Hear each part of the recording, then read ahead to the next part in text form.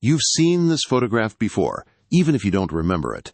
It hangs in the National Portrait Gallery in Washington, cataloged simply as the Whitmore family, 1892.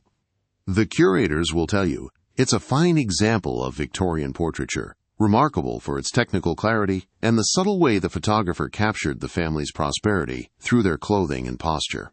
What they won't tell you is why 3 different archivists have requested its removal from public display, or why the mirror visible in the background has been the subject of 17 separate scholarly papers, each one subsequently withdrawn from publication. The photograph shows Edmund Whitmore, his wife Catherine, and their twin daughters Margaret and Elizabeth, posed in their drawing room. Edmund stands behind his seated wife, one hand resting protectively on her shoulder.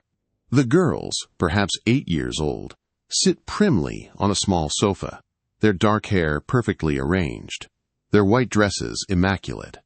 Everything about the image speaks to the ordered prosperity of America's Gilded Age: the mahogany furniture, the Persian carpet, the elaborate wallpaper with its pattern of climbing roses. But it's the mirror that draws your attention. An ornate, oval looking-glass hangs on the wall behind the family, its silver surface reflecting not just the photographer and his camera, as you might expect, but something else entirely. Something that shouldn't be there. Something that has made 3 people disappear over the past century and a quarter, each one after spending too long studying this particular photograph. The Whitmore family lived at 1247 Beacon Street in Boston, a 4-story brownstone that still stands today, though it's been divided into apartments. In 1892, it was the height of elegance, purchased by Edmund with the fortune he'd made in railroad investments. He was 42 that year, Catherine 38, and by all accounts they were devoted to each other and to their twin daughters. The girls had been born after several years of what Victorian society politely termed disappointment, miscarriages that had left Catherine bedridden for months at a time, attended by a succession of physicians who offered remedies that ranged from the useless to the harmful. The photographer was Josiah Crane, a man whose work commanded premium prices among Boston's elite. Crane specialized in family portraits, and his technical skill was unquestioned. He used a large-format camera with glass plate negatives, capable of capturing detail so fine that modern digital reproductions still reveal new elements upon close examination. His studio was located on Newbury Street, but for clients of the Whitmore social standing, he would bring his equipment to their homes, transforming their drawing rooms into temporary photography studios. The session took place on October 15, 1892. We know this because Edmund Whitmore kept meticulous records, and his appointment diary survived in the family papers. The entry reads simply, "Crane, 2 p.m., family portrait for Catherine's birthday." Catherine would turn 39 the following week, and the photograph was intended as a surprise gift for her mother in Connecticut, who rarely traveled to Boston and hadn't seen her granddaughters in over a year. Crane arrived promptly at 2 o'clock with an assistant who helped carry the bulky camera equipment and photographic plates. The drawing room faced south, providing excellent natural light through its tall windows. According to the account Crane later gave to the police, yes, there was a police report, though it was filed under suspicious circumstances rather than any specific crime. The family was cheerful and cooperative. The girls, he noted, were unusually well-behaved for children their age, sitting perfectly still during the long exposure times required by the technology of the day. The mirror behind the family was Catherine's pride.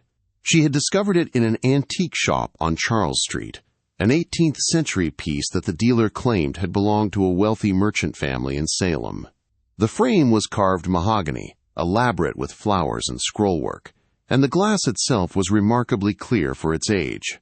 Catherine had positioned it carefully in the drawing room, angled to catch and reflect the light from the windows, brightening what might otherwise have been a dark corner of the room.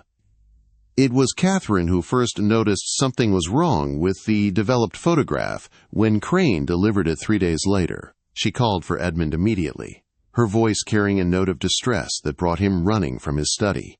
The image itself was technically perfect, sharp, well exposed, beautifully composed. But the mirror in the background showed something that had not been there during the sitting. In the reflection, clearly visible between the photographer and his camera, stood a fifth figure, a woman in a dark dress, her hair arranged in an old-fashioned style that seemed to belong to an earlier era. Her face was partially turned away, but what could be seen of her features suggested she was young, perhaps in her 20s. Most disturbing of all, she appeared to be holding something in her hands, something small and pale that resembled a bundle of cloth. Edmund's first assumption was that the image was somehow flawed, perhaps a double exposure that had accidentally captured a previous photograph. He questioned Crane closely about his process, demanding to know if the glass plate might have been used before. Crane insisted it was impossible.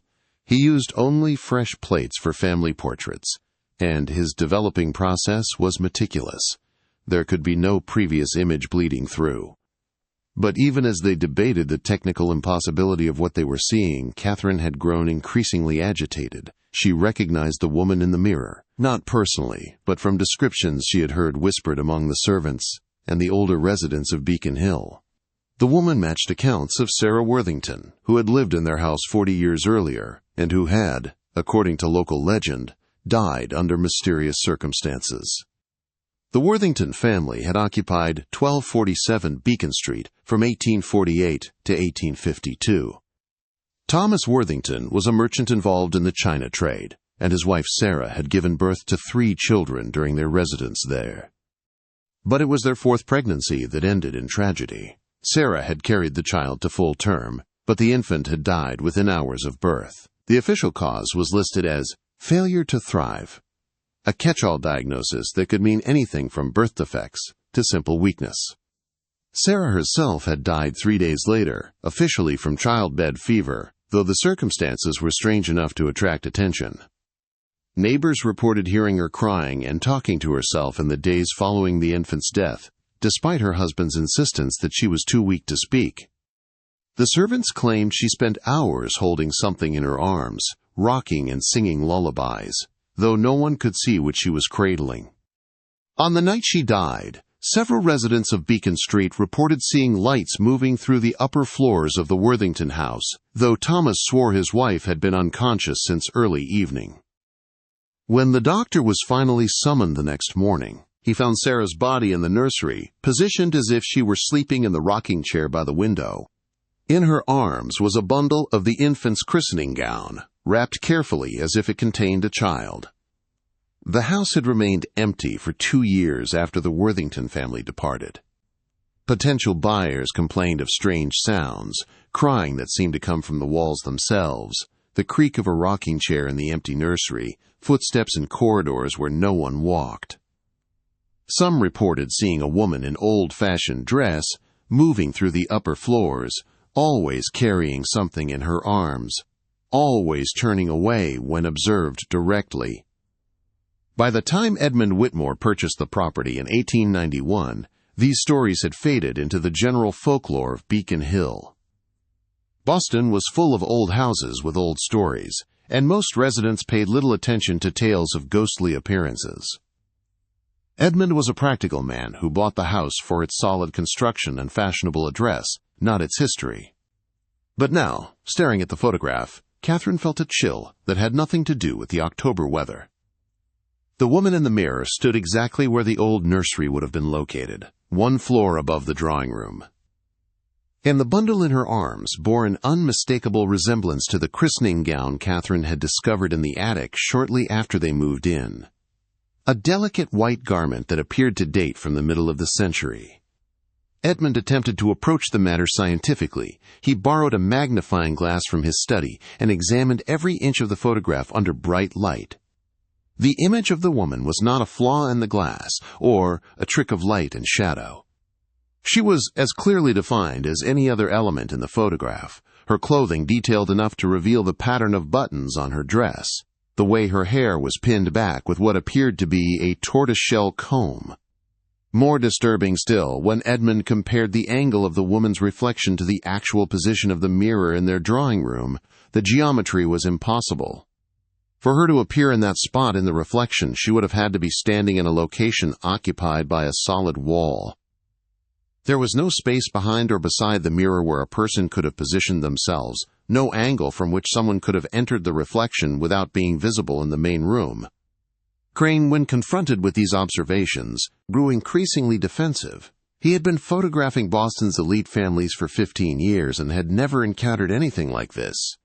His reputation was built on technical excellence and discretion, and the suggestion that his work might be flawed, or worse, deliberately manipulated, threatened his livelihood.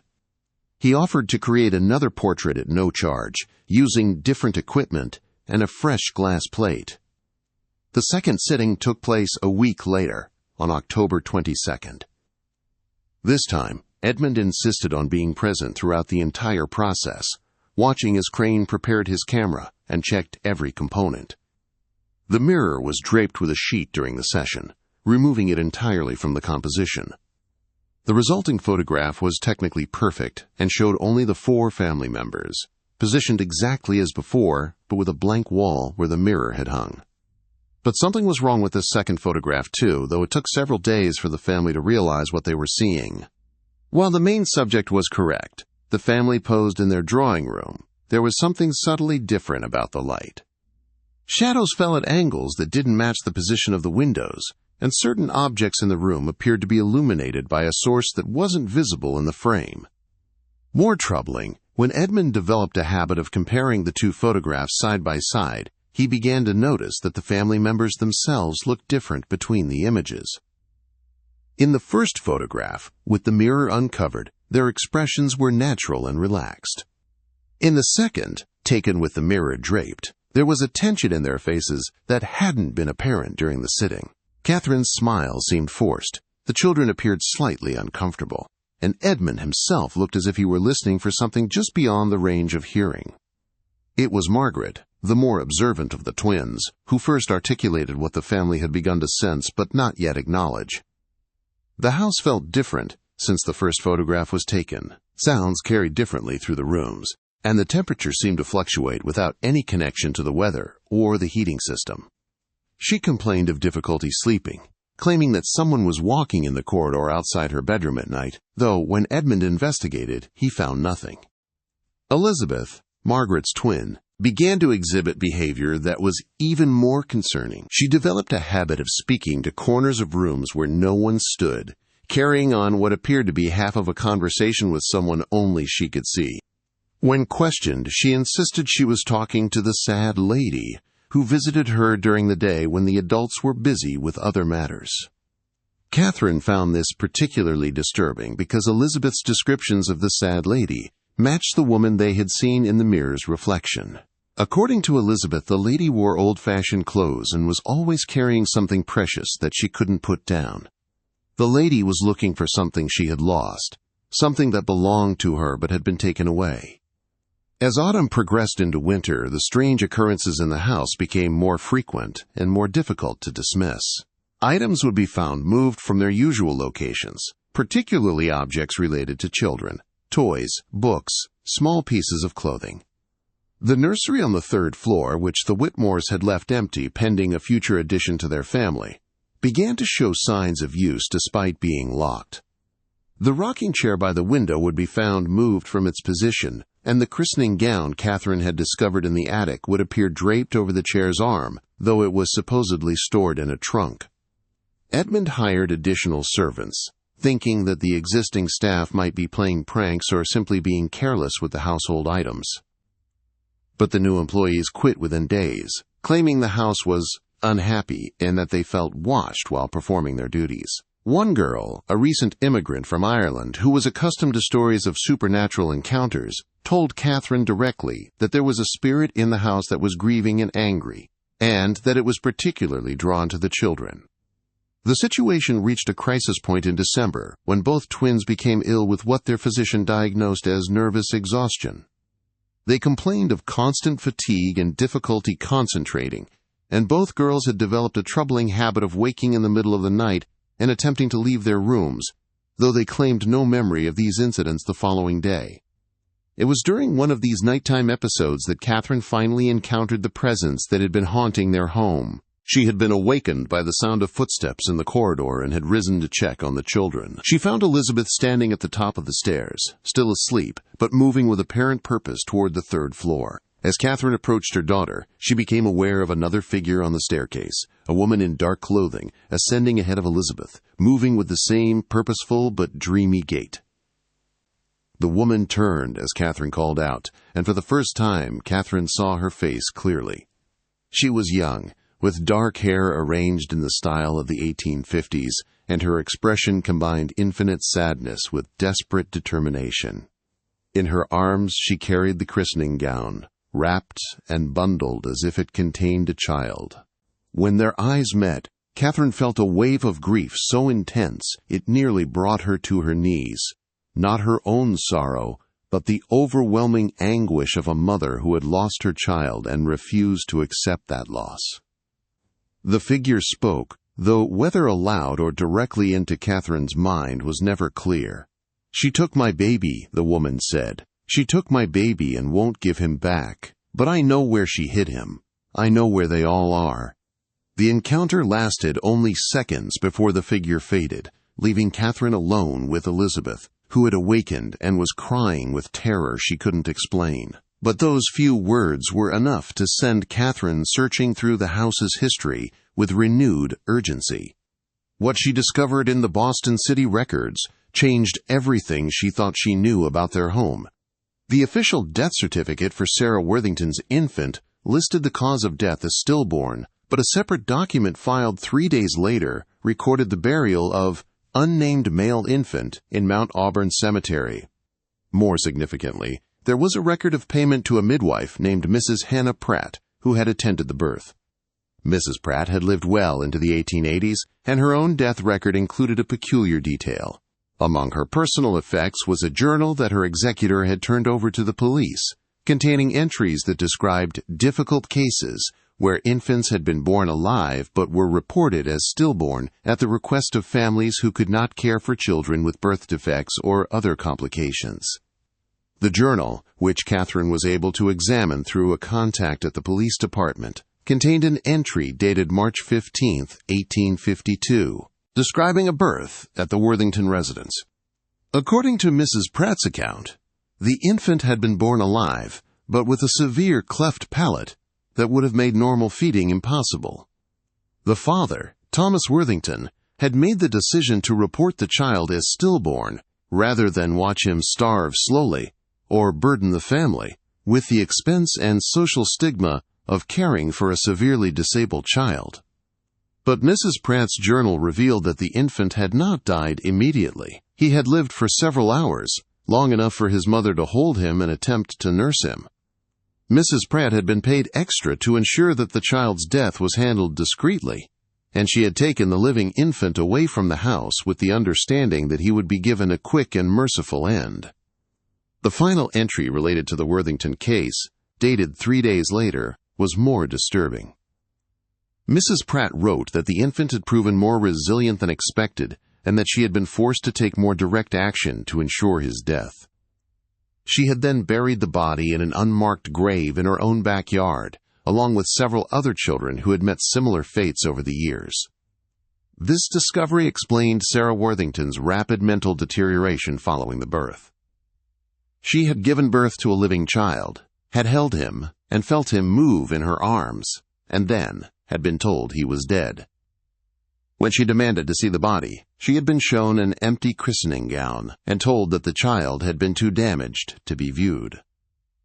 Her grief had been compounded by confusion and a growing suspicion that something was wrong with the official account of her son's death.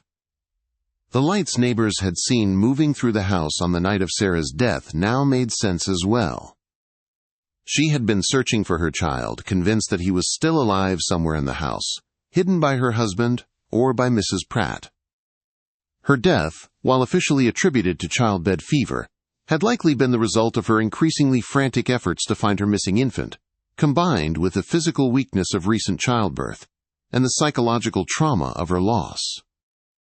But the most chilling aspect of Mrs. Pratt's journal was what it revealed about the scope of her activities. Over a period of 20 years, she had attended more than 300 births in the Boston area, and her journal documented 47 cases where healthy infants had been secretly killed at the request of families who found them inconvenient. The children were always reported as stillborn or as having died of natural causes within hours of birth, and their bodies were buried in Mrs. Pratt's backyard or in unmarked graves throughout the city. When Mrs. Pratt died in 1884, her property had been sold and eventually developed into a small park. But before the construction began, the police had excavated her backyard based on information in her journal. They had discovered the remains of dozens of infants, some buried individually and others in mass graves. The discovery had been quietly suppressed to avoid scandal, and the park had been built over the site without any public acknowledgement of what lay beneath. This information cast the Whitmore family's supernatural encounters in a new light. Sarah Worthington was not simply a grieving mother unable to accept her child's death. She was a woman whose child had been murdered and who had died trying to expose that murder. Her appearances in the house were not random hauntings but focused attempts to communicate the truth about what had happened to her son. The bundle she carried in her arms, whether in life or in death, represented not just her own lost child, but all the children who had been killed and buried in secret. Her presence in the mirror during the family photograph was not an accident but a deliberate manifestation, triggered perhaps by the presence of the twin girls who represented the living children she had been denied. Understanding this, Catherine felt compelled to act. Working with the same police contact who had shown her Mrs. Pratt's journal, she began researching the locations where the other murdered infants had been buried. Some were in established cemeteries under false names, others in family plots where they had been secretly interred without proper documentation, and still others in locations that had since been built over or paved. The effort to locate and properly memorialize these children became Catherine's obsession. She used Edmund's business connections and her own social standing to pressure city officials into acknowledging what had happened and ensuring that the victims received proper burials. It was dangerous work. Several of the families whose secrets would be exposed were still prominent in Boston society, and they had considerable influence over local politics and law enforcement. The first attempt to silence Catherine came in the form of legal threats from lawyers representing families who did not want their ancestors' involvement with Mrs. Pratt revealed. When that failed, the pressure became more direct. The Whitmore family servants were approached and offered money to report on Catherine's activities.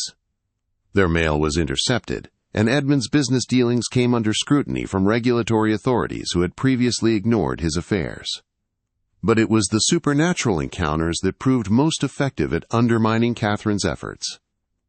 As she drew closer to the truth about the murdered children, the manifestations in the house became more frequent and more intense. Sarah Worthington appeared not just in mirrors but throughout the house, sometimes accompanied by other figures, women in clothing from different eras who seemed to represent mothers from Mrs. Pratt's other cases. The children, Margaret and Elizabeth, became the focal point of these encounters. The spirit seemed drawn to them, perhaps seeing in the living twins an echo of all the children who had been denied the chance to grow up. Both girls began to exhibit knowledge they could not possibly have acquired through normal means. Details about the murdered infants, names, descriptions of their final moments, information about their families that existed only in Mrs. Pratt's journal. More troubling, the twins began to show physical symptoms that suggested they were being affected by their contact with the spirits. They lost weight rapidly despite eating normally, and both developed a pallor that their physician could not explain. They complained of constant cold, even when the house was well heated, and they began to speak in voices that were not their own, older voices, speaking in dialects and accents from different regions and different eras. The crisis came in February 1893, when Elizabeth collapsed during breakfast and could not be awakened. Her breathing was shallow, her pulse weak, and her body temperature so low that the physician feared she was dying. Margaret, sitting beside her twin's bed, spoke in the voice of an elderly woman with an Irish accent, describing the death of a child named Patrick, who had been killed by Mrs. Pratt in 1867. "He's calling to her," Margaret said in the strange voice. "He's lonely, and he wants her to come with him. They all want someone to come with them. They've been alone so long." It was then that Catherine understood the true danger of her investigation. The murdered children were not simply victims seeking justice. They were lost souls who had been denied the chance to live and grow, and they were trying to claim the living children as companions.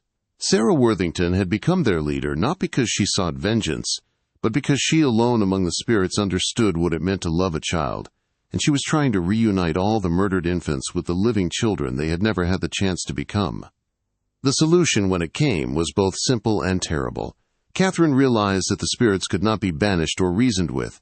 They could only be satisfied. Working through the night while Elizabeth lay unconscious and Margaret spoke in voices that were not her own, Catherine gathered every piece of evidence she had collected about Mrs. Pratt's victims and created a complete record of their names, their deaths, and their burial locations. But she did not make this information public as she had originally planned. Instead, she used it to conduct her own private memorial service for the murdered children. In the nursery where Sarah Worthington had died, Catherine read aloud the name of every child Mrs. Pratt had killed, acknowledged their brief lives and their violent deaths, and promised that they would not be forgotten. The effect was immediate. As Catherine spoke each name, the temperature in the room rose slightly, and the oppressive atmosphere that had filled the house for months began to lift. Elizabeth's breathing deepened, and Margaret stopped speaking in foreign voices. Most significantly, the presence Catherine had felt watching her every move since October finally departed, taking with it the sense of unfinished business that had hung over the house like a shroud. Sarah Worthington appeared one final time, standing by the nursery window where she had died 40 years earlier. But this time she was not carrying the bundled christening gown.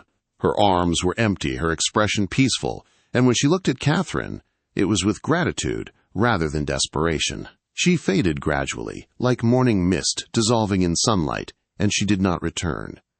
The photograph, however, remained unchanged. The woman in the mirror's reflection was still visible, still holding her bundle, still representing the mystery that had led to Catherine's investigation. But her presence in the image no longer felt threatening. Instead, she seemed to serve as a reminder of the work Catherine had done and the children who had finally been acknowledged and remembered. Edmund had the photograph framed and displayed in his study, where it remained until his death in 1908. The house on Beacon Street was sold to another family, who reported no unusual occurrences during their 40-year residence there. Catherine's research notes and her correspondence with the police were donated to the Boston Historical Society, where they remain in the archives, available to researchers who know to ask for them. But Catherine's work was not finished with the memorial service in the nursery. She had discovered not just the murders Mrs. Pratt had committed, but the entire network of corruption that had made them possible. The midwife had not acted alone. She had been protected by doctors who falsified death certificates, lawyers who created false documentation, and officials who looked the other way in exchange for generous contributions to their political campaigns. The scope of the conspiracy extended far beyond Boston. Catherine's investigation revealed that similar operations had existed in New York, Philadelphia, and Chicago, all connected through a network of medical professionals who had made killing inconvenient children a profitable business. The practice had flourished during the rapid social changes of the mid-19th century, when traditional family structures were breaking down and new urban environments created opportunities for crimes that would have been impossible in smaller communities. Most disturbing of all, Catherine discovered that the network was still active. Mrs. Pratt had died, but her associates had continued her work under different names and in different locations. The murders had become more sophisticated, the documentation more convincing, and the burial sites more carefully concealed. What had begun as a historical investigation into supernatural encounters had revealed an ongoing criminal enterprise that stretched across the country and included some of the most respected names in American medicine. Catherine faced a choice that would define the rest of her life. She could expose everything she had learned, risking not just her own safety but that of her family, or she could remain silent and allow the murders to continue. The supernatural encounters had been resolved. The spirits of Mrs. Pratt's victims were at peace, and her own family was safe. She had no obligation to pursue the matter further. But she had seen the faces of the murdered children in her dreams, had heard their voices through her daughters, had felt their desperate need to be remembered and acknowledged. She could not abandon the living children who were still at risk from the network she had uncovered. The final phase of Catherine's investigation required her to become someone she had never intended to be: a spy, an infiltrator, a woman willing to use deception and manipulation to gather evidence against people who would kill to protect their secrets. She began attending medical conferences and social gatherings where she might encounter the doctors and officials involved in the network. She developed friendships with wives and daughters who might inadvertently reveal information about their husbands' and fathers' activities. Most dangerously, she made contact with women who were seeking the services the network provided: mothers who had given birth to children they could not keep, families who wanted disabled children to disappear quietly, wealthy men who had fathered illegitimate children with servants or mistresses. By positioning herself as someone who could arrange discreet solutions to these problems, Catherine was able to identify the current leaders of the network and document their methods. The evidence she gathered was overwhelming. The network had evolved into a sophisticated operation that included not just individual murders, but the systematic trafficking of healthy infants to wealthy families who wanted to adopt children without dealing with legal procedures. Children who were born to poor families were often stolen and sold, with their deaths faked to prevent their parents from searching for them. The operation generated enormous profits, which were used to corrupt officials and silence potential witnesses. But as Catherine's investigation deepened, she began to realize that she was not the only person trying to expose the network. Other women in other cities had discovered fragments of the truth and had attempted to bring it to light.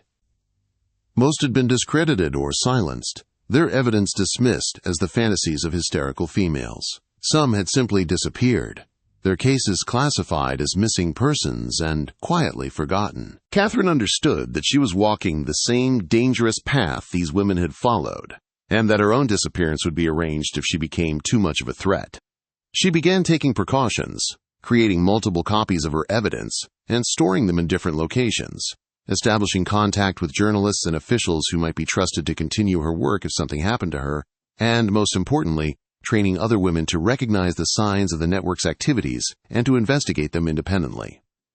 The network's response to Catherine's activities was swift and brutal. In the spring of 1894, both of her daughters became ill with what appeared to be influenza, but their symptoms were unusual and their recovery was suspiciously slow. When Catherine consulted a physician she trusted, he confirmed her worst fears. The children had been poisoned, probably through contamination of their food or water. The poisoning was carefully calculated to be non-fatal but debilitating, designed to force Catherine to focus on her family's health rather than her investigation. But it also served as a warning. Next time, the network would not be so restrained. If Catherine continued her work, her children would die, and their deaths would appear to be from natural causes. Catherine faced the same choice that had confronted Sarah Worthington 40 years earlier: the safety of her children against the pursuit of justice for other children who had no one to protect them. But unlike Sarah, Catherine had allies. The network of women she had recruited to help with her investigation had grown into a formidable force, spread across multiple cities and connected through coded correspondence that was difficult for the network to intercept. These women, who became known as the Silent Sisters, continued Catherine's work even after she was forced to withdraw from active investigation. They developed new methods for gathering evidence, created safe houses for women who wanted to escape the network's influence, and established legal defense funds for families whose children had been murdered or stolen. Most importantly, they documented everything. Every birth, every suspicious death, every family that had mysteriously acquired a new child, every payment made to corrupt officials, all of it was recorded in detailed files that were distributed among dozens of locations. The network's power depended on secrecy, and the Silent Sisters made secrecy impossible.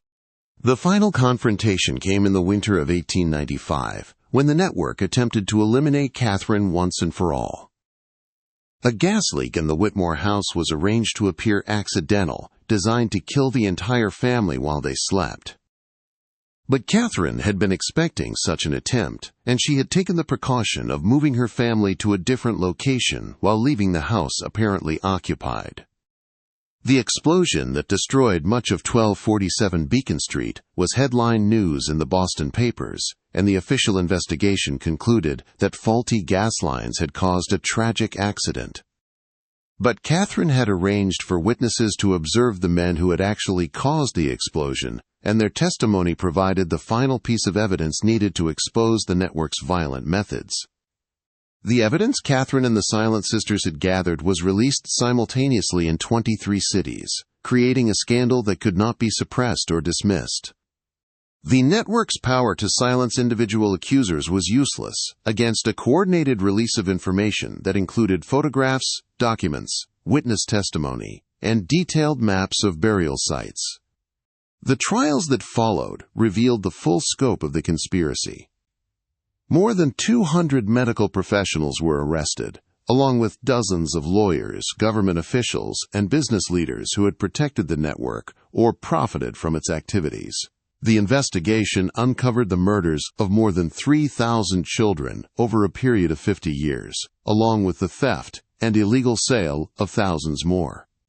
But the most significant outcome was not the criminal prosecutions.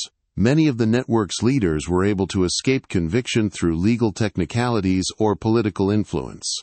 Instead, it was the transformation of public awareness about child welfare and the establishment of legal protections that made similar conspiracies far more difficult to maintain. Catherine Whitmore did not live to see the full impact of her work. The poisoning of her children had been accompanied by her own exposure to substances that caused permanent damage to her health. She died in 1897, officially from consumption, but actually from the long-term effects of the network's attempts to silence her. But her investigation had created something larger than herself. The Silent Sisters continued their work well into the 20th century, evolving into one of the most effective child protection organizations in American history. Their methods, careful documentation, coordinated action, and the recruitment of women from all levels of society became the foundation for modern child advocacy organizations. The photograph of the Whitmore family, with its mysterious reflection in the mirror, became a symbol of their movement. Copies were distributed among the Silent Sisters as a reminder that the dead could speak through the living, and that truth had a way of revealing itself even when powerful forces tried to suppress it. The original photograph still hangs in the National Portrait Gallery, though few visitors pay much attention to it.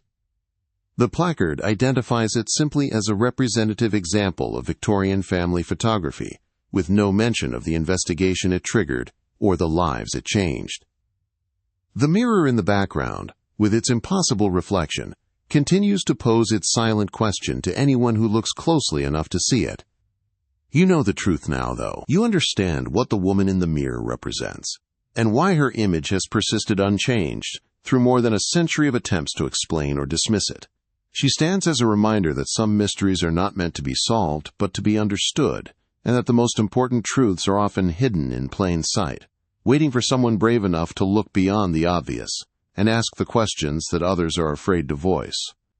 The question now is what you will do with this knowledge. The network Catherine Whitmore exposed was destroyed, but the forces that created it, greed, corruption, the willingness to sacrifice the vulnerable for the benefit of the powerful, those forces still exist. They take different forms now, operate through different institutions, but their essential nature remains unchanged.